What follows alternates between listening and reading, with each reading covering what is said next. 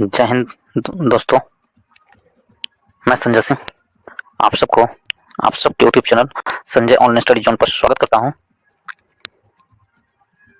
BSSC inter level का practice set लाया हूं दोस्तों। ये एडिटोरिया बुक से है। ये 10वां नंबर प्रैक्टिस सेट है। 2 दिन मैं प्रैक्टिस सेट नहीं ला पाया था दोस्तों, होली की छुट्टी की वजह से। उसकी वजह से मैं प्रैक्टिस सेट नहीं ला पाया। अब रेगुलर रहेगा। तो आज प्रैक्टिस सेट नंबर 10 है। इससे पहले 9 प्रैक्टिस सेट नंबर हम करवा चुके हैं दोस्तों। यदि आप लोग उसे नहीं देखें, जाकर देखें। उसका लिंक मैं डिस्क्रिप्शन बॉक्स में डाल दूंगा। और इससे पहले भारतीय संविधान, भारतीय इतिहास से संबंधित पूरी बुक चैप्टर वाइज समाप्त कर चुका हूँ। पूरी वीडियो को अपलोड कर चुका हूँ दोस्तों। घटना चक्र बुक से है। यदि आप लोग उसे नहीं देखें तो उसे जाकर देखें और उसका लाभ उठाएं। यदि आप लोगों को अच्छा लगता है तो वीडियो को लाइक करें, दोस्तों के ग्रुप में शेयर करें, व्हाट्सएप या फेसबुक ग्रुप में शेयर करें, एंड चैनल को सब्सक्राइब करना ना भूलें। तो चलिए स्टार्ट करते हैं। आज का पहला प्रश्न है, पहली बार परिसीमन आयोग का गठन कब किया गया था? तो पहली बार परिसीमन आयोग का गठन कब किया गया था? पहली बार परिसीमन आयोग का गठन कब किया गया था? ये प्रश्न पूछा गया दोस्तों। तो 4 ऑप्शन है, इसमें से ऑप्शन नंबर सी हमारा सही आंसर होगा। 1950 में परिसीमन आयोग का गठन पहली बार 1952 में किया गया था। 1952 में ऑप्शन नंबर सी सही आंसर है। इसका मुख्य कार्य था जनगणना के समय लोक सेवा एवं विधानसभा के क्षेत्रों का आकलन करना। इसका मुख्य कार्य था। तो ऑप्शन नंबर सी हमारा सही आंसर होगा। 1952 में पहली बार परिसीमन आयोग का गठन किया गया था। नेक्स्ट प्रश्न चलते हैं प्रश्न नंबर 2 की ओर। प्रश्न नंबर 2 में कहा गया है, इसमें पूछा गया है, एक निर्वाचित संविधान द्वारा भारत के संविधान का निर्माण करने का प्रस्ताव सर्वप्रथम किया गया था। तो किसके द्वारा सर्वप्रथम किया गया था? निर्वाचित संविधान द्वारा प्रस्ताव किसके द्वारा सर्वप्रथम किया गया था? और वो भी निर्वाचित संविधान द्वारा। निर्वाचित संविधान द्वारा किसके द्वारा किया गया? 4 ऑप्शन है, इसमें से ऑप्शन नंबर सी हमारा सही आंसर होगा। क्रिप्स मिशन के द्वारा किया गया था। कि निर्वाचित संविधान द्वारा भारत का संविधान निर्माण करने का प्रस्ताव किया गया था। ऑप्शन नंबर सी हमारा सही आंसर होगा। किसके द्वारा? तो क्रिप्स मिशन के द्वारा। क्रिप्स मिशन 1942 में आया था और इन्होंने ही सर्वप्रथम निर्वाचित संविधान सभा द्वारा भारतीय संविधान का निर्माण करने का प्रस्ताव रखा था। नेक्स्ट प्रश्न चलते हैं प्रश्न नंबर 3 की ओर। प्रश्न नंबर 3 की ओर देखते हैं, निम्नलिखित में से कौन से राज्य 73वें संविधान संशोधन का अभिपालन करने वाला पहला राज्य है? कौन सा राज्य है 73वां संविधान संशोधन द्वारा पहला राज्य है? तो 4 ऑप्शन है, इसमें से ऑप्शन नंबर डी हमारा सही आंसर होगा। मध्य प्रदेश वो पहला राज्य है जब 73वें संविधान संशोधन अधिनियम लागू हुआ था तो उसे अपनाने वाला पहला राज्य मध्य प्रदेश हुआ। तो ऑप्शन नंबर डी हमारा सही आंसर होगा। 73वां संविधान संशोधन अधिनियम 1992 में आया था दोस्तों। कब आया था? 1992 में, ठीक है। और 1992 में आया था, पंचायती राज से संबंधित था और इसे लागू किया गया था 1993 में। मध्य प्रदेश पंचायती राज अधिनियम 1993 के अधिनियम के द्वारा विधानमंडल में तथा 1994 में मध्य प्रदेश के पंचायती चुनाव आयोजित किए गए थे। 1994 में मध्य प्रदेश में क्या किए गए थे? पंचायती चुनाव आयोजित किए गए थे। किसके आधार पर? 1993 के जो लागू किया गया था पंचायती राज के लिए जो संविधान संशोधन 73वां, उसके तहत किए गए थे। तो ऑप्शन नंबर डी हमारा सही आंसर होगा। नेक्स्ट प्रश्न चलते हैं प्रश्न नंबर 4 की ओर। किस राज्य में नगर पालिका का सीमा क्षेत्र अधिसूचित करने के लिए निम्नलिखित में से कौन सा सक्षम है? किसी राज्य का नगर पालिका के सीमा को क्षेत्र, जो सीमा का क्षेत्र होता है उसे अधिसूचित करने के लिए कौन इसके लिए सक्षम है? नगर पालिका के लिए 4 ऑप्शन है, भारत के राष्ट्रपति, संविधान संबंधित राज्य के राज्यपाल, संबंधित राज्य के मुख्यमंत्री या राज्य के विधानमंडल। तो इसमें से ऑप्शन नंबर बी हमारा सही आंसर होगा। संबंधित राज्य के राज्यपाल होते हैं जो भारतीय संविधान के भाग 9 के क के अनुच्छेद 243 के घ के तहत यह प्रावधान किया गया है कि किसी राज्य में नगर पालिका के सीमा क्षेत्र की अधिसूचित का अधिकार राज्य के राज्यपाल का होगा। ऑप्शन नंबर बी हमारा सही आंसर होगा। नेक्स्ट प्रश्न चलते हैं प्रश्न नंबर 5 की ओर। प्रश्न नंबर 5 में कहा गया, इसमें किसने कहा था कि राष्ट्रपति का राजकीय आपात संविधान के साथ धोखा है? ये किसने कहा था कि राष्ट्रपति का जो राजकीय आपात है संविधान के साथ धोखा, ये किसने कहा था? ये प्रश्न पूछा है। 4 ऑप्शन, इसमें से ऑप्शन नंबर सी हमारा सही आंसर होगा। के.एम. नाम्बियार ने संविधान में उल्लेखित राज्यों में राष्ट्रपति के संबंधित प्रावधान का विरोध करते हुए कहा था कि राष्ट्रपति का राजकीय आपातकालीन अधिकार संविधान के साथ धोखा है। ऑप्शन नंबर सी हमारा सही आंसर होगा। नेक्स्ट प्रश्न चलते हैं प्रश्न नंबर 6 की ओर। एक ही व्यक्ति को 2 या 2 से अधिक राज्यों का राज्यपाल बनाने संबंधित प्रावधान किस संविधान संशोधन के द्वारा किया गया है? तो किस संविधान संशोधन के द्वारा किया गया है? 4 ऑप्शन है। 21वां संविधान संशोधन, 71वां संविधान संशोधन, 7वां या 31वां संविधान संशोधन। तो ऑप्शन नंबर सी 7वां संविधान संशोधन के द्वारा 2 या 2 से अधिक राज्यों के राज्यपाल 2 या 2 से अधिक राज्यों का राज्यपाल बनाने संबंधित प्रावधान किया गया था। ऑप्शन नंबर सी हमारा सही आंसर होगा। ऑप्शन नंबर सी सही आंसर होगा। मूल संविधान में यह प्रावधान व्यवस्था थी कि प्रत्येक राज्य का एक राज्यपाल होगा, लेकिन 7वें संविधान संशोधन 1956 में 7वां संविधान संशोधन कब आया था? 1956 में यह प्रावधान किया गया कि एक राज्यपाल 2 या 2 से अधिक राज्यों के राज्यपाल हो सकते हैं। तो ऑप्शन नंबर सी हमारा सही आंसर होगा। नेक्स्ट प्रश्न चलते हैं प्रश्न नंबर 7 की ओर। प्रश्न नंबर 7 में कहा गया है केंद्रीय सतर्कता आयोग का गठन किस समिति की अनुशंसा पर किया गया? केंद्रीय सतर्कता आयोग का गठन किस समिति के अनुशंसा पर किया गया? 4 ऑप्शन है, इसमें से ऑप्शन नंबर ए संथानम समिति के किसके आधार पर? संथानम समिति के अनुशंसा पर केंद्रीय सतर्कता आयोग का गठन किया गया था। ऑप्शन नंबर ए हमारा सही आंसर होगा। ऑप्शन नंबर ए सही आंसर है।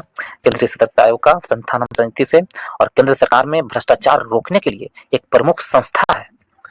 केंद्रीय सतर्कता आयोग क्या है? तो भ्रष्टाचार रोकने के लिए एक प्रमुख संस्था है, जिसकी स्थापना सन 1964 में संथानम समिति के अनुशंसा पर केंद्र सरकार द्वारा पारित एक प्रस्ताव द्वारा किया गया था। ऑप्शन नंबर ए सही आंसर होगा। कब हुआ था? 1964 में हुआ था केंद्रीय सतर्कता आयोग की स्थापना। नेक्स्ट प्रश्न चलते हैं प्रश्न नंबर 8 की ओर। 8 में कहा गया है दोस्तों, इसमें है किस भारतीय संविधान ने के निम्न में से किस अनुच्छेद में अंतर्राज्यीय परिषद के गठन का प्रावधान किया गया है? तो अंतर्राज्यीय परिषद के गठन का प्रावधान 4 ऑप्शन है, इसमें से ऑप्शन नंबर सी अनुच्छेद 263 के तहत अंतर्राज्यीय परिषद के गठन का प्रावधान किया गया है। अंतर्राज्यीय परिषद के गठन का अधिकार राष्ट्रपति को है, जबकि इसकी अध्यक्षता प्रधानमंत्री करते हैं। ऑप्शन नंबर सी हमारा सही आंसर होगा। नेक्स्ट प्रश्न चलते हैं प्रश्न नंबर 9 में। शिल्प वेद निम्न में से किस वेद का उपवेद है? देखिए, शिल्प वेद है जो अथर्ववेद का उपवेद है दोस्तों। ऑप्शन नंबर डी हमारा सही आंसर होगा। शिल्प वेद अथर्ववेद का उपवेद है। यदि ऋग्वेद के उपवेद के बारे में आपसे पूछ ले तो ऋग्वेद के उपवेद का नाम है आयुर्वेद। ऋग्वेद के उपवेद का क्या नाम है? आयुर्वेद। सामवेद के उपवेद का नाम है गंधर्ववेद। सामवेद का क्या होगा? गंधर्ववेद। और यजुर्वेद के उपवेद का नाम है धनुर्वेद। यजुर्वेद का धनुर्वेद। तो हमसे पूछा शिल्प वेद किस वेद का उपनाम है, उपवेद है? तो ऑप्शन नंबर डी अथर्ववेद का सही आंसर होगा। Option number D. 10 नंबर प्रश्न के चलते निम्नलिखित में से कौन सा युग में सही सुमेलित नहीं है? तो सही सुमेलित नहीं है ये देखना है 10 नंबर प्रश्न में। तो देखें, चहवान वंश, इसमें से कौन सा युग में सही सुमेलित नहीं है? तो चहवान वंश, वासुदेव, ये सही सुमेलित है। ठीक है, ये सही सुमेलित है। परमार वंश, उपेंद्र राज, ये भी इसके संस्थापक थे। परमार वंश के संस्थापक उपेंद्र राज थे, ये भी सही है। और सोलंकी वंश, पृथ्वीराज फर्स्ट, ये गलत है। पृथ्वीराज फर्स्ट सोलंकी वंश ने नहीं किया था, ये गलत है। हमसे पूछा है कौन गलत है? ऑप्शन नंबर सी गलत है। गढ़वाल वंश, चंद्रदेव। तो हमसे पूछा कौन गलत है? तो ऑप्शन नंबर सी गलत है। सोलंकी वंश, पृथ्वीराज फर्स्ट, ये सुमेलित नहीं है। तो इस प्रकार ऑप्शन नंबर सी हमारा सही आंसर होगा। यदि हम देखें, सोलंकी वंश के संस्थापक मूलराज थे। सोलंकी वंश के संस्थापक कौन थे? मूलराज थे सोलंकी वंश के संस्थापक। ठीक है, मूलराज थे। और मूलराज ने 942 से 955 तक शासन किया, और मूलराज ने अपनी राजधानी अहिलवाड़ा को स्थापित किया था। तो इस प्रकार ऑप्शन नंबर सी गलत है। नेक्स्ट प्रश्न चलते हैं प्रश्न नंबर 11 की ओर। 11 में कहा गया शेर शाह ने किस युद्ध में विजय के बाद शेर शाह की उपाधि धारण की थी? तो शेर शाह ने किस युद्ध के में विजय के बाद शेर शाह की उपाधि धारण की थी? तो शेर शाह ने 4 ऑप्शन है, इसमें से ऑप्शन नंबर सी चौसा का युद्ध के बाद शेर शाह की उपाधि धारण की थी। शेर शाह 26 जून 1539 में चौसा का या बक्सर के पास है के युद्ध में हुमायूं को पराजित किया था। कब किया था? छोटा डेट भी याद रखना है, 26 जून 1539 में। 26 जून 1539 में शेरशाह ने चौसा का युद्ध लड़ा और इसमें शेरशाह सूरी ने हुमायूं को पराजित किया और इस युद्ध के विजय होने के बाद ही शेर खान ने शेरशाह की उपाधि धारण की और सिंहासन पर विराजमान हुआ। तो ऑप्शन नंबर सी हमारा सही आंसर होगा। नेक्स्ट प्रश्न चलते हैं, प्रश्न नंबर 12 की ओर। 12 में कहा गया है कि उत्तराधिकार के युद्ध में औरंगजेब ने दारा शिकोह को किस युद्ध में अंतिम रूप से पराजित कर दिल्ली में अपना राज्याभिषेक करवाया। तो 4 ऑप्शन है, इसमें से ऑप्शन नंबर ए हमारा सही आंसर होगा। देवरा के युद्ध में औरंगजेब ने दारा शिकोह को अंतिम रूप से पराजित कर अपना राज्याभिषेक करवाया था देवरा के युद्ध में। ऑप्शन नंबर ए हमारा सही आंसर होगा। औरंगजेब और दारा शिकोह के बीच अंतिम युद्ध अप्रैल 1959 ईस्वी में अजमेर के निकट देवरा घाटी में हुआ था। कब हुआ था अंतिम युद्ध? 1659 में हुआ था दोनों के बीच देवराई घाटी में हुआ था। इसे देवरा के युद्ध के नाम से जानता है। इसके बाद दारा शिकोह को धर्म के विरुद्ध कार्य करने वाला घोषित कर मृत्यु दंड दे दिया और औरंगजेब ने इसके बाद दिल्ली में प्रथम बार आगरा में किया था और दूसरी बार दिल्ली में अपना राज्याभिषेक करवाया था। तो ऑप्शन नंबर ए हमारा सही आंसर होगा। देवरा के युद्ध में अंतिम बार दारा शिकोह को पराजित कर अपना राज्याभिषेक करवाया था। नेक्स्ट प्रश्न चलते हैं, प्रश्न नंबर 13 की ओर। तुगलक काल में बिहार की राजधानी कहाँ थी? तो तुगलक काल में बिहार की राजधानी बिहार शरीफ थी। ऑप्शन नंबर ए हमारा सही आंसर होगा। बिहार शरीफ थी। तुगलक काल में सर्वप्रथम बिहार पर आक्रमण 1324 ईस्वी में गयासुद्दीन तुगलक बंगाल अभियान से लौटते समय किया था। बिहार शरीफ सबसे पहले बिहार में तुगलकों ने कब आक्रमण किया? 1324 ईस्वी में किया था, जब वो बंगाल से लौट रहे थे तब। और इस आक्रमण में गयासुद्दीन तुगलक ने उत्तरी बिहार के कनाट वंश शासक हरि सिंह को पराजित किया था। जो कनाट वंश के शासक थे, उनके अंतिम शासक हरि सिंह थे, उससे पराजित कर दिया था। तो ऑप्शन नंबर क्या होगा? बिहार शरीफ तुगलकों की राजधानी थी। नेक्स्ट प्रश्न चलते हैं 14। बिहार में चंपारण कृषि कानून किस वर्ष पारित हुआ? तो बिहार में चंपारण कृषि कानून कब पारित हुआ? 1918 में पारित हुआ। बिहार में चंपारण कृषि कानून पारित हुआ 1918 में। ऑप्शन नंबर सी हमारा सही आंसर होगा। नेक्स्ट प्रश्न चलते हैं, प्रश्न नंबर 15 की ओर। 15 में मैच करने के लिए दिया गया है दोस्तों, एक तरफ विद्रोह है, एक तरफ नेतृत्व करता है। तो इसमें मैचिंग के लिए हम लोग जाएं तो इसमें दिया गया है लखनऊ के कौन थे? तो रानी बेगम हजरत थे लखनऊ के। कानपुर के कौन थे? Nana Saheb.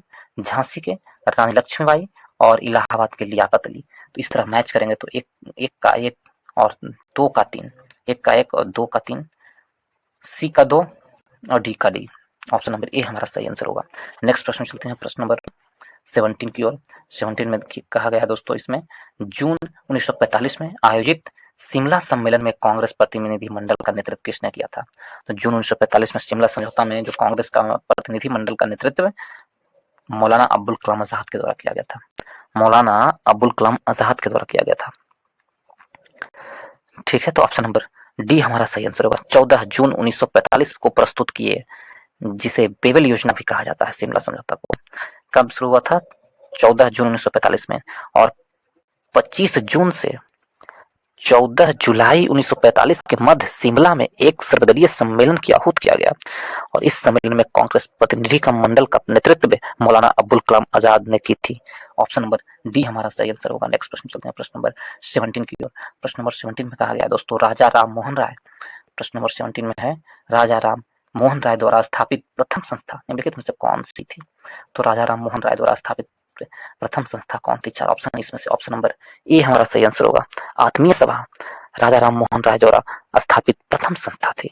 Option number A हमारा सही आंसर होगा। यदि हम राजा राम मोहन राय की आत्मीय सभा के बाद 1825 में वेदांत कॉलेज की स्थापना राजा राम मोहन राय ने किए थे और 1821 में कोलकाता यूनिटेरी कमेटी की स्थापना राजा राम ने किए थे 1821 में, और 1828 में ब्रह्म समाज की स्थापना किए थे।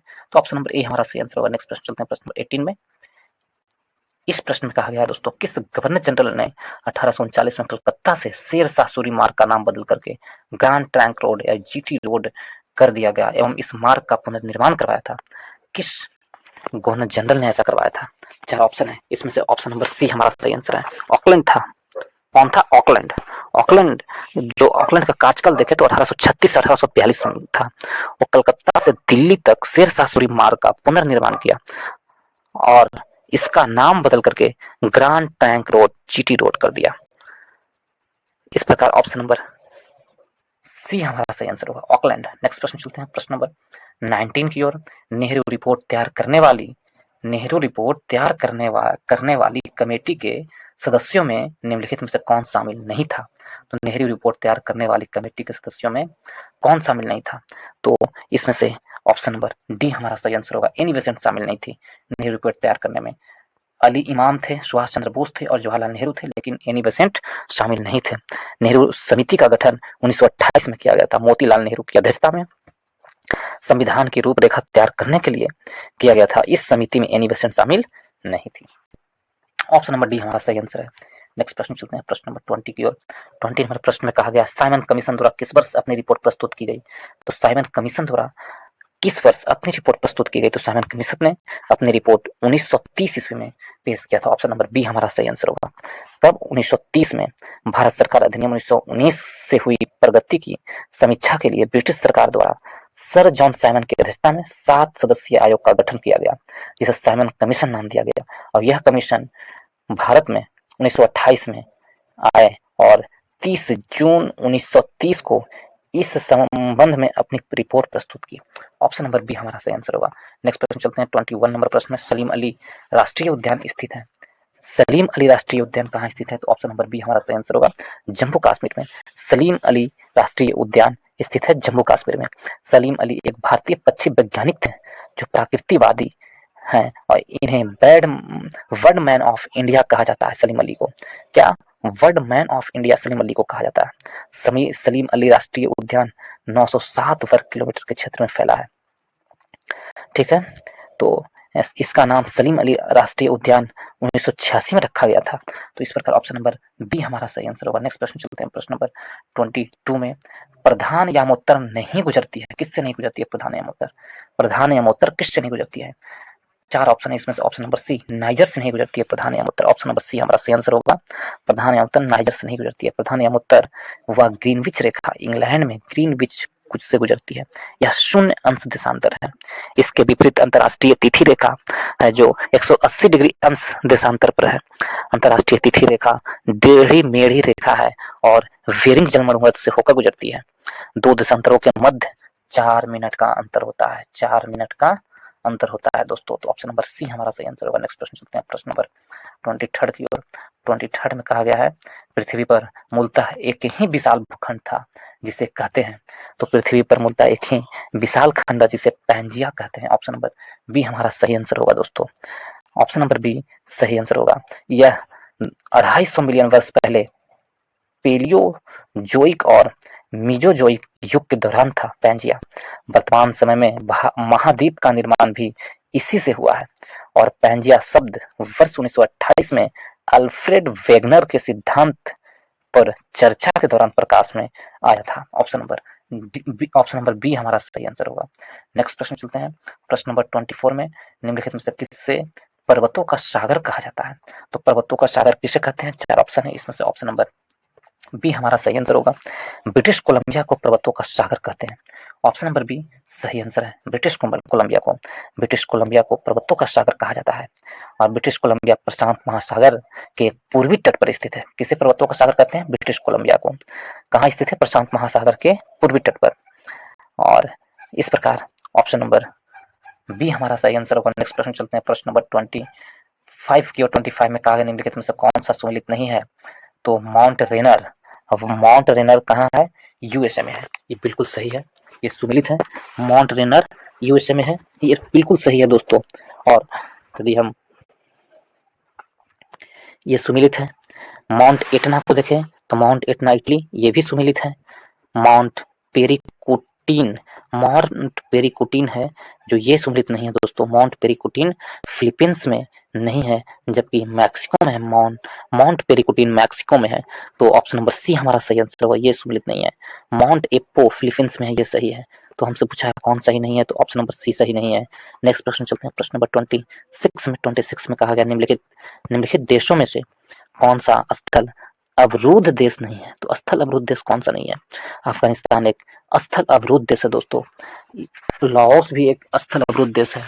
लाओस, अफगानिस्तान और लग्जमबर्ग ये सभी स्थल अवरुद्ध देश है, परंतु ईरान एक स्थल अवरुद्ध देश नहीं है। ऑप्शन नंबर बी हमारा सही आंसर होगा। ऑप्शन नंबर बी सही आंसर है। तो इस प्रकार ऑप्शन नंबर बी सही आंसर है। यदि हम देखें, उत्तरी अमेरिका और ऑस्ट्रेलिया महाद्वीप के अंदर कोई स्थल अवरुद्ध देश नहीं है। कहाँ कहाँ, ये बहुत इंपॉर्टेंट है दोस्तों। उत्तरी अमेरिका और कहाँ, ऑस्ट्रेलिया में कोई भी स्थल अवरुद्ध देश नहीं है। ये दो जगह कहीं भी स्थल अवरुद्ध देश नहीं है। ये दोनों जगह को नोट करके रखिएगा दोस्तों। एक है उत्तरी अमेरिका और एक है ऑस्ट्रेलिया महाद्वीप में। ठीक है। हंगरी एक स्थल अवरुद्ध देश है। ऐसा देश जो किसी महासागर या समुद्र से जुड़ा हुआ नहीं होता है या उसके पास कोई समुद्री तट नहीं होता है, ऐसे देश को स्थल अवरुद्ध देश कहते हैं। तो इस प्रकार ऑप्शन नंबर बी हमारा सही आंसर होगा। यदि हम देखें, अफ्रीका महाद्वीप में विश्व के सबसे अधिक स्थल अवरुद्ध देश है। सबसे पहले तो आपसे पूछ लेगा कहाँ स्थल अवरुद्ध देश नहीं है, तो उत्तरी अमेरिका और ऑस्ट्रेलिया में स्थल अवरुद्ध देश नहीं है। सबसे ज्यादा स्थल अवरुद्ध देश कहाँ है, तो अफ्रीका महाद्वीप में विश्व का सबसे अधिक स्थल अवरुद्ध देश है। तो ऑप्शन नंबर बी हमारा सही आंसर होगा। नेक्स्ट प्रश्न चलते हैं। प्रश्न नंबर 27 में मैचिंग करने के लिए दिया है दोस्तों। देखते हैं, एक तरफ देश है, एक तरफ उसकी राजधानियां है, इसे हम लोग मैच करेंगे। तो चलिए इसे मैच करके देखते हैं हम लोग इसमें क्या दिया है। देश में एक तरफ दिया हुआ है ऑस्ट्रेलिया, तो ऑस्ट्रेलिया की राजधानी क्या है, कैनबेरा। ऑस्ट्रेलिया की राजधानी है दोस्तों कैनबेरा। तो एक का दो हो गया, ऑस्ट्रेलिया की राजधानी कैनबेरा हो गया। ठीक है। यदि हम देखें, तजाकिस्तान की राजधानी दुशानबे होता है दोस्तों। तजाकिस्तान की राजधानी दुशानबे होता है। और तंजानिया की राजधानी डोडोमा। वेनेजुएला की राजधानी वेनेजुएला की राजधानी कहाँ है, कराकस। वेनेजुएला की राजधानी कराकस।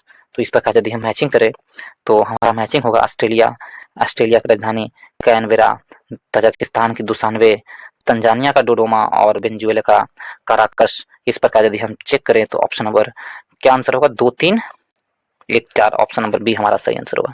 ऑप्शन नंबर बी सही आंसर है। नेक्स्ट प्रश्न चलते हैं। प्रश्न नंबर 28 में कहा गया है, इस प्रश्न में है कि उत्तरी अमेरिका में नियाग्रा जलप्रपात किन दो झीलों के बीच स्थित है। उत्तरी अमेरिका में नियाग्रा जलप्रपात जो है कहाँ कहाँ किसके किसके बीच स्थित है, ओंटारियो झील एवं ईरी झील के बीच स्थित है। ऑप्शन नंबर डी हमारा सही आंसर है। उत्तरी अमेरिका में नियाग्रा जलप्रपात ओंटारियो झील और ईरी झील के बीच स्थित है। ऑप्शन नंबर डी हमारा सही आंसर होगा। नेक्स्ट प्रश्न चलते हैं। प्रश्न नंबर 29 में, इस प्रश्न में कहा गया निम्नलिखित में से कौन सा अपने प्रभाव में सर्वाधिक मुद्रास्फीति के कारण हो सकता है। सबसे अधिक मुद्रास्फीति के कारण क्या हो सकते हैं, तो ऑप्शन नंबर डी हमारा सही आंसर होगा। बजट घाटे के वित्तीय के लिए नई मुद्रा का सृजन करना। ऑप्शन नंबर डी सही आंसर है। नेक्स्ट प्रश्न चलते हैं। प्रश्न नंबर 30 की ओर। 30 में कहा जा रहा है, जब भारतीय रिजर्व बैंक नगदी रिजर्व अनुपात में वृद्धि की घोषणा करती है तो इसका तात्पर्य क्या होता है। जब भारतीय रिजर्व बैंक नगदी रिजर्व अनुपात में वृद्धि की घोषणा करती है तो इसका तात्पर्य होता है वाणिज्यिक बैंकों के पास उधार देने के लिए कम मुद्रा होगी। ऑप्शन नंबर ए हमारा सही आंसर होगा। वाणिज्यिक बैंकों के पास उधार देने के लिए मुद्रा कम होगी। ऑप्शन नंबर ए हमारा सही आंसर है। नेक्स्ट प्रश्न चलते हैं। प्रश्न नंबर 31 में 31 नंबर प्रश्न में कहा गया मौद्रिक नीति है। तो मौद्रिक नीति क्या है, ये प्रश्न कहा गया है। तो मौद्रिक नीति राजकोषीय नीति के विपरीत है, नहीं। तो मौद्रिक नीति क्या है, तो राजकोषीय नीति के पूरक है। ऑप्शन नंबर बी हमारा सही आंसर होगा। मौद्रिक नीति है जो राजकोषीय नीति के पूरक है। ऑप्शन नंबर बी सही आंसर है। नेक्स्ट प्रश्न चलते हैं। प्रश्न नंबर 32 में निम्नलिखित में से कौन सी स्कीम ग्रामीण विकास के लिए नहीं है। कौन सा स्कीम ग्रामीण विकास के लिए नहीं है, तो 4 ऑप्शन है इसमें से। ऑप्शन नंबर बी क्राई है जो ग्रामीण विकास के लिए नहीं है। क्राई का फुल फॉर्म होता है दोस्तों child rights and you cry, ग्रामीण विकास के लिए नहीं है। ऑप्शन नंबर बी हमारा सही आंसर होगा। क्राई है जो ग्रामीण विकास के लिए नहीं है। ऑप्शन नंबर बी सही आंसर है। नेक्स्ट प्रश्न चलते हैं। प्रश्न नंबर 33 की ओर। 33 में कहा गया है, भारत सरकार का कौन सा मंत्रालय भारत की विदेशी व्यापार नीति से संबंधित है? तो भारत सरकार का कौन सा मंत्रालय जो भारत की विदेशी व्यापार से संबंधित है? ऑप्शन नंबर सी, वाणिज्य एवं उद्योग मंत्रालय विदेशी व्यापार से संबंधित है। नेक्स्ट प्रश्न चलते हैं, प्रश्न नंबर 34 में, वर्ल्ड इकोनॉमिक आउटलुक इंडेक्स कौन प्रकाशित करता है? तो वर्ल्ड इकोनॉमिक आउटलुक इंडेक्स है जो IMF द्वारा प्रकाशित किया जाता है। ऑप्शन नंबर सी हमारा सही आंसर होगा। World economic outlook index IMF के द्वारा प्रकाशित किया जाता है। ऑप्शन नंबर सी हमारा सही आंसर है। नेक्स्ट प्रश्न चलते हैं, प्रश्न नंबर 35 में। यदि प्रश्न नंबर 35 को देखें दोस्तों, तो इसमें दिया गया है भारत जेंडर बजटिंग कब शुरू किया गया था? तो भारत जेंडर बजटिंग है जो ऑप्शन नंबर ए, केंद्रीय बजट 2005-06 में शुरू किया गया था। केंद्रीय बजट 2005-06 में भारत जेंडर बजटिंग रिपोर्ट शुरू किया गया था। ऑप्शन नंबर ए हमारा सही आंसर है। नेक्स्ट प्रश्न चलते हैं, प्रश्न नंबर 36 में।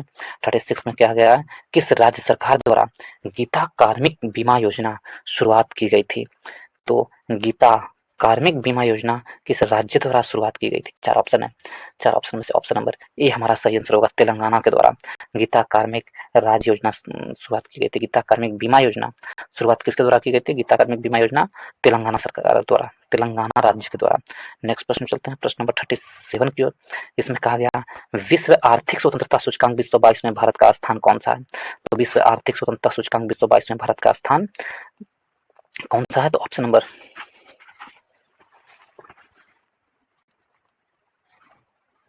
4 ऑप्शन है।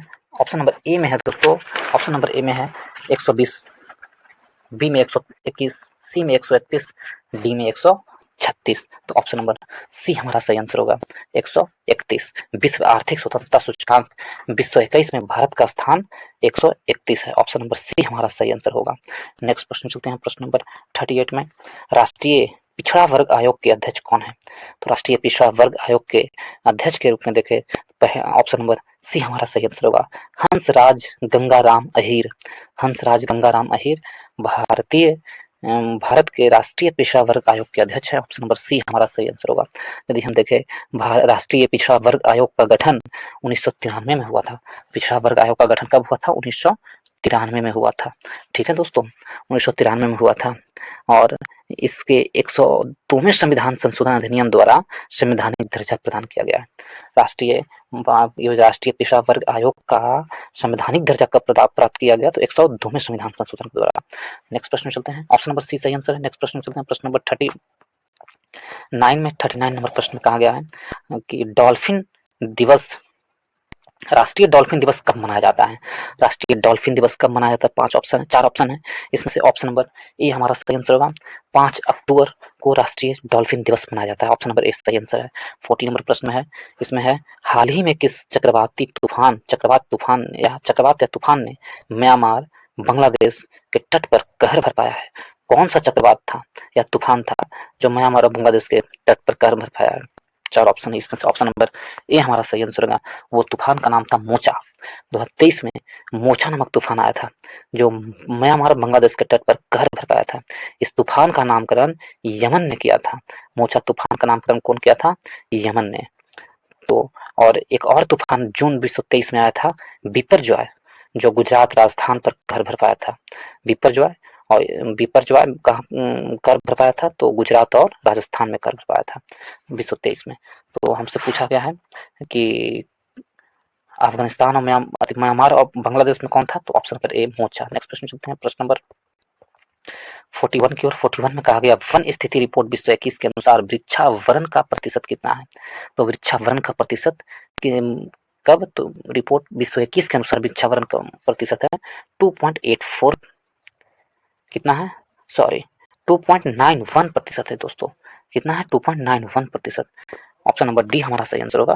41 का वन स्थिति रिपोर्ट 2021 के अनुसार वृक्षावरण का प्रतिशत 2.91% है।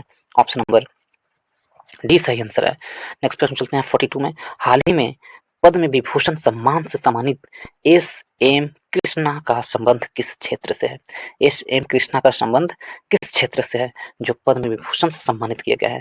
42 नंबर प्रश्न को देखें तो इसका आंसर होगा ऑप्शन नंबर सी, लोक कार्य से संबंधित है। और यदि हम देखें पद्म विभूषण इस वर्ष 6 व्यक्तियों को दिया गया था। कितने व्यक्तियों को दिया गया था? 6 व्यक्तियों को पद्म विभूषण दिया गया था। इसमें श्री एस.एम. कृष्णा का संबंध लोक कार्य से संबंधित कर्नाटक राज्य है। ऑप्शन नंबर सी हमारा सही आंसर है। नेक्स्ट प्रश्न चलते हैं प्रश्न नंबर 43 में। 43 में कहा गया है कि दीप ग्रेस इक्का का संबंध किस खेल से है। दीप ग्रेस इक्का का संबंध, चार ऑप्शन है, इसमें से ऑप्शन नंबर बी हॉकी से संबंधित है। दीप ग्रेस इक्का का संबंध किससे है? हॉकी से। ऑप्शन नंबर बी हमारा सही आंसर होगा, हॉकी से। यदि निखत जरीन के बारे में देखें, निखत जरीन कौन थी? तो एक बॉक्सिंग खिलाड़ी है। जूडो के एक खिलाड़ी का नाम यदि हम बताएं आपको, एक प्रसिद्ध खिलाड़ी सुशीला देवी है। कुश्ती के एक प्रसिद्ध खिलाड़ी कौन है? तो अंशु मलिक है। ये सब प्रसिद्ध खिलाड़ी हैं। ऑप्शन नंबर बी हमारा सही आंसर है। नेक्स्ट प्रश्न चलते हैं प्रश्न नंबर 44 में। द एलिफेंट विस्पर्स डॉक्यूमेंट्री के निर्देशक निम्न में से कौन है? द एलिफेंट विस्पर डॉक्यूमेंट्री के निर्देशक निम्न में से कौन है? चार ऑप्शन है, इसमें से ऑप्शन नंबर बी हमारा सही आंसर होगा, कार्तिकी गोजवालिस। कार्तिकी गोजवालिस थे। ऑप्शन नंबर बी हमारा सही आंसर है। नेक्स्ट प्रश्न चलते हैं प्रश्न नंबर 45 में। 45 में कहा गया है एससीओ शिखर सम्मेलन विश्व 23, एससीओ शिखर सम्मेलन विश्व 23 का आयोजन कहाँ किया गया? तो एससीओ शिखर सम्मेलन विश्व 23 का आयोजन ऑप्शन नंबर ए हमारा सही आंसर होगा, भारत में किया गया। 23वां एससीओ शिखर सम्मेलन का आयोजन उज्बेकिस्तान में किया गया था और एससीओ की स्थापना 2001 में हुई थी। इसमें कुल 9 सदस्य देश थे। ऑप्शन नंबर ए हमारा सही आंसर है। नेक्स्ट प्रश्न चलते हैं 46 में। किस बैंक द्वारा प्रोजेक्ट कुबेर लॉन्च किया गया है? किस बैंक द्वारा प्रोजेक्ट कुबेर लॉन्च किया गया है? एसबीआई, एचडीएफसी, आईसीआईसीआई या पीएनबी? तो ऑप्शन नंबर ए हमारा सही आंसर होगा, एसबीआई के द्वारा। एसबीआई के द्वारा प्रोजेक्ट कुबेर लॉन्च किया गया है। ऑप्शन नंबर ए हमारा सही आंसर है। नेक्स्ट प्रश्न चलते हैं प्रश्न नंबर 47 में। 47 में कहा गया भारत का ऑटो बाजार निर्माण के लिए क्षेत्र में विश्व का कौन सा स्थान है? तो भारत का ऑटो बाजार निर्माण के क्षेत्र में विश्व का कौन सा स्थान है? चार ऑप्शन है, इसमें से ऑप्शन नंबर बी तीसरा स्थान है ऑटो बाजार क्षेत्र में भारत का। ऑप्शन नंबर बी हमारा सही आंसर होगा। नेक्स्ट प्रश्न चलते हैं प्रश्न नंबर 48 में। इसमें कहा गया ईरान पाकिस्तान गैस पाइपलाइन को निम्न में से किस नाम से जाना जाता है? ईरान पाकिस्तान गैस पाइपलाइन को किस नाम से जाना जाता है? तो ऑप्शन नंबर सी हमारा सही आंसर होगा, शांति पाइपलाइन के नाम से जाना जाता है। ऑप्शन नंबर सी सही आंसर है। नेक्स्ट प्रश्न चलते हैं प्रश्न नंबर 49 की ओर। पेगासस स्पाईवेयर को किस देश द्वारा विकसित किया गया है? पेगासस स्पाईवेयर को ऑप्शन नंबर डी इजराइल के द्वारा विकसित किया गया है। पेगासस स्पाईवेयर को इजराइल के द्वारा। ऑप्शन नंबर डी हमारा सही आंसर है। नेक्स्ट प्रश्न चलते हैं प्रश्न नंबर 50 की ओर। प्रश्न नंबर 50 में कहा गया है दोस्तों निम्न में से कौन सत्य फल का उदाहरण नहीं है? चार ऑप्शन है, सत्य फल का उदाहरण कौन नहीं है? तो ऑप्शन नंबर सी सेब एक सत्य फल का उदाहरण नहीं है। सेब एक सत्य फल का उदाहरण नहीं है। असत्य फल किसे कहते हैं? तो फल के अंडाशय से ना प्राप्त होकर फूल या उत्तक के अन्य भाग से प्राप्त होता है, उसे असत्य फल कहते हैं। जैसे अंजीर, सेब, अनानास आदि, ये सभी क्या है? असत्य फल है। तो ऑप्शन नंबर सी हमारा सही आंसर होगा। 51 नंबर प्रश्न को देखें। जैसे जैसे हम आवर्त में आगे बढ़ते हैं तत्वों की संयोजकता क्या होती है? तो जैसे जैसे हम आवर्त में आगे बढ़ते हैं, पीरियोडिक में हम आगे बढ़ते हैं, तो तत्वों की जो संयोजकता है वो बढ़ती जाती है, प्रारंभ में बढ़ती है और फिर घटती है। तो ऑप्शन नंबर डी हमारा सही आंसर होगा। नेक्स्ट प्रश्न चलते हैं प्रश्न नंबर 52 में कहा गया है कि कार्बन 12 परमाणु में होता है। तो कार्बन 12 परमाणु में क्या होता है? कार्बन 12 परमाणु में 6 इलेक्ट्रॉन, 6 प्रोटॉन और 6 न्यूट्रॉन होते हैं। ऑप्शन नंबर ए हमारा सही आंसर होगा। कार्बन 12 परमाणु में 6 इलेक्ट्रॉन, 6 प्रोटॉन और 6 न्यूट्रॉन होता है दोस्तों। ऑप्शन नंबर ए हमारा सही आंसर होगा। नेक्स्ट प्रश्न 53 में। डंक वाले स्थान पर किसके प्रयोग से आराम मिलता है? तो डंक वाले स्थान पर किसके प्रयोग से? Option number B baking soda के प्रयोग से।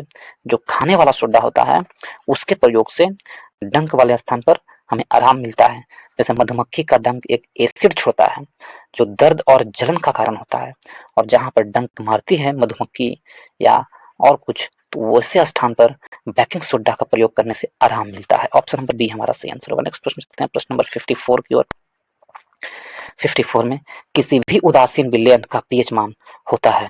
किसी भी उदासीन विलयन का पीएच मान 7 होता है दोस्तों। ऑप्शन नंबर सी हमारा सही आंसर होगा, 7 होता है। और अम्लीय विलयन का पीएच मान 7 से कम होता है, जबकि क्षारीय विलयन का पीएच मान 7 से अधिक होता है। ऑप्शन नंबर सी हमारा सही आंसर होगा। ये 7 हो गया, यहाँ पर 7 है दोस्तों, यहाँ पर उदासीन विलयन हो गया, और इधर चल जाएंगे तो अम्लीय विलयन मिलेगा, और 7 से इधर चल जाएंगे तो क्षारीय विलयन मिलेगा। तो इस प्रकार ऑप्शन नंबर सी हमारा सही आंसर होगा। नेक्स्ट प्रश्न चलते हैं 55 में। सूर्य की ओर सूर्यमुखी की गति का कारण क्या है? सूर्य की ओर जो सूर्यमुखी का गति होता है, जिस तरफ सूर्य होता है उसी तरफ सूर्यमुखी अपने फूल को करती है। ये किस कारण से करती है, ये प्रश्न पूछा है। तो ऑप्शन नंबर ए हमारा सही आंसर होगा, फोटोट्रोपिज्म के कारण करती है। फोटोट्रोपिज्म के कारण ऑप्शन नंबर ए हमारा सही आंसर होगा।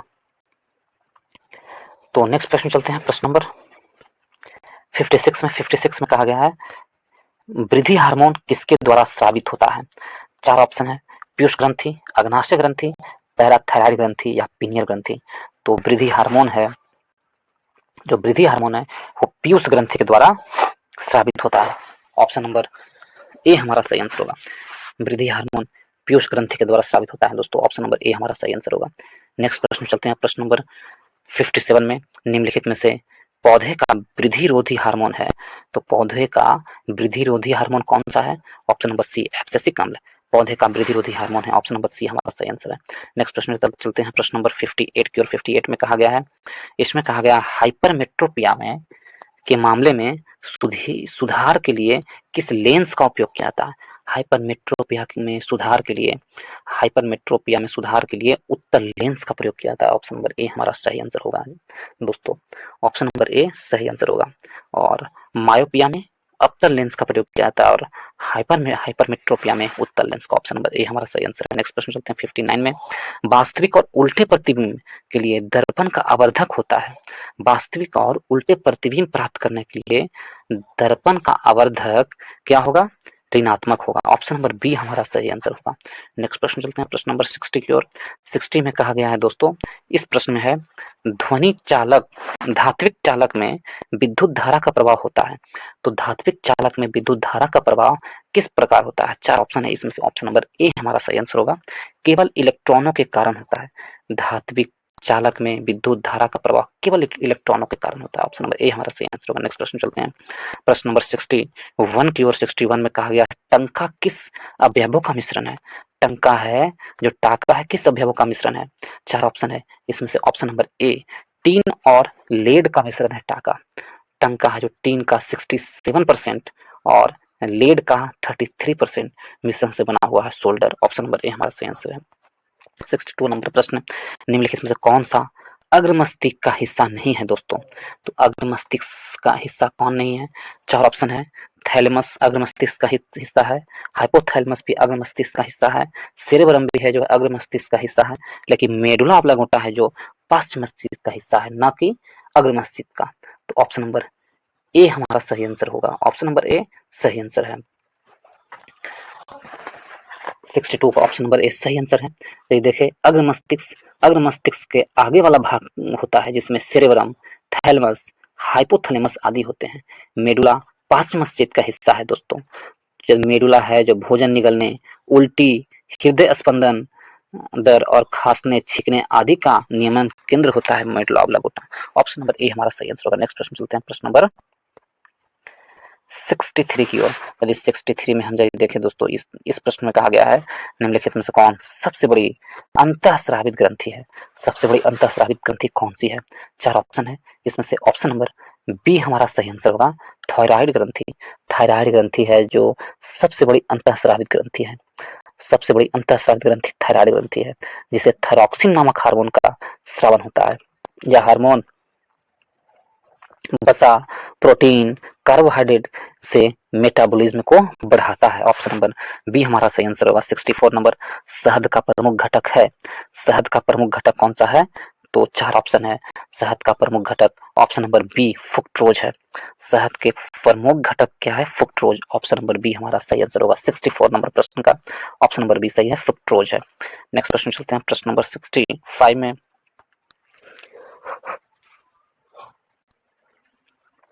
65 नंबर प्रश्न में कहा गया है मांसपेशियों के निर्माण और वृद्धि तथा एंटीबॉडी बनाने के लिए इनमें से कौन अधिक आवश्यक है? मांसपेशियों के निर्माण एवं वृद्धि एवं एंटीबॉडी बनाने के लिए इनमें से ऑप्शन नंबर ए प्रोटीन आवश्यक है। ऑप्शन नंबर ए प्रोटीन आवश्यक है। नेक्स्ट प्रश्न चलते हैं प्रश्न नंबर 67 में कहा गया दोस्तों, मलेरिया रोग से शरीर का कौन सा अंग प्रभावित होता है? 4 ऑप्शन है, इसमें से ऑप्शन नंबर ए प्लीहा है जो मलेरिया रोग से शरीर का प्लीहा नामक अंग है जो प्रभावित होता है। ऑप्शन नंबर ए, जिसे स्प्लीन भी कहते हैं। नेक्स्ट प्रश्न चलते हैं 67 में। इसमें मैचिंग के लिए दिया है दोस्तों, एक तरफ जीव है, दूसरी तरफ संघ है। तारा मछली, तारा मछली क्या है? तारा मछली के देखें तो तारा मछली एक संघ इकाइनोडर्मिटा का संघ है। तारा मछली एक का ये सही है। तारा मछली इकाइनोडर्मिटा का है। पायला, पायला जो है मोलस्का ग्रुप का है पायला। और नेरिस, नेरिस है जो आपको एनेलिडा ग्रुप का है। नेरिस एनेलिडा संघ का है नेरिस। और प्लेनेरिया, प्लेनेरिया है प्लेटी हेलमेंथिस का है प्लेनेरिया। तो इस प्रकार ऑप्शन नंबर कौन होगा? 1 2 3 4 लगातार है, ऑप्शन नंबर ए सही आंसर होगा। नेक्स्ट प्रश्न चलते हैं प्रश्न नंबर 68 में। 68 नंबर प्रश्न में कहा गया, मानव शरीर में रक्त का आयतन शरीर के भार का लगभग कितना प्रतिशत होता है? तो मानव शरीर में रक्त का आयतन शरीर के भार का लगभग 7% होता है दोस्तों। ऑप्शन नंबर डी हमारा सही आंसर होगा। कितना परसेंट होता है? लगभग 7%। ऑप्शन नंबर डी सही आंसर है, लगभग 7% होता है। मानव शरीर में रक्त का आयतन शरीर के भार का 7 से 8% होता है। रक्त एक तरल संयोजी उत्तक है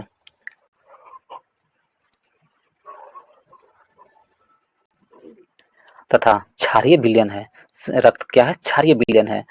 रक्त का पीएच मान 7.4 होता है दोस्तों। कितना? 7.4% होता है।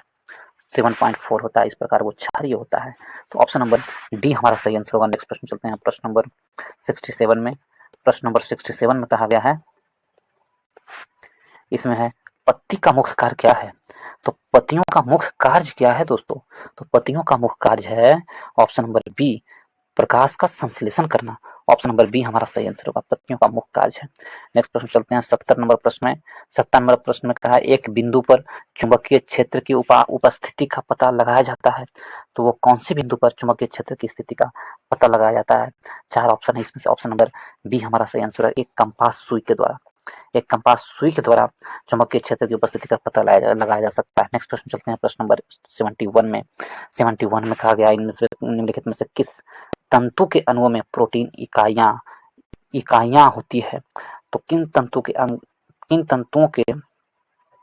के अणुओं में प्रोटीन इकाइयां होती है?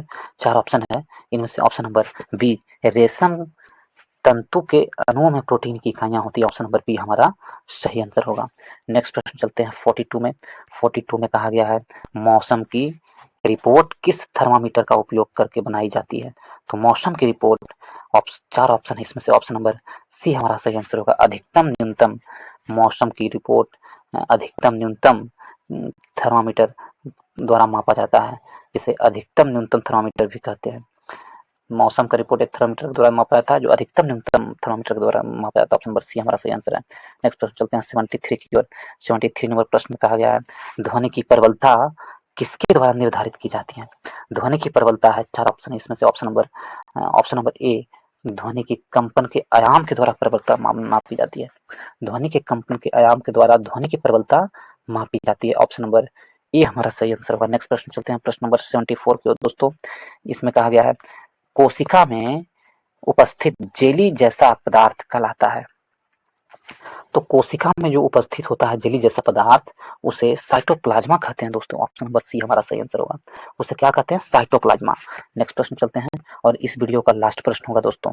इस वीडियो का लास्ट प्रश्न होगा दोस्तों।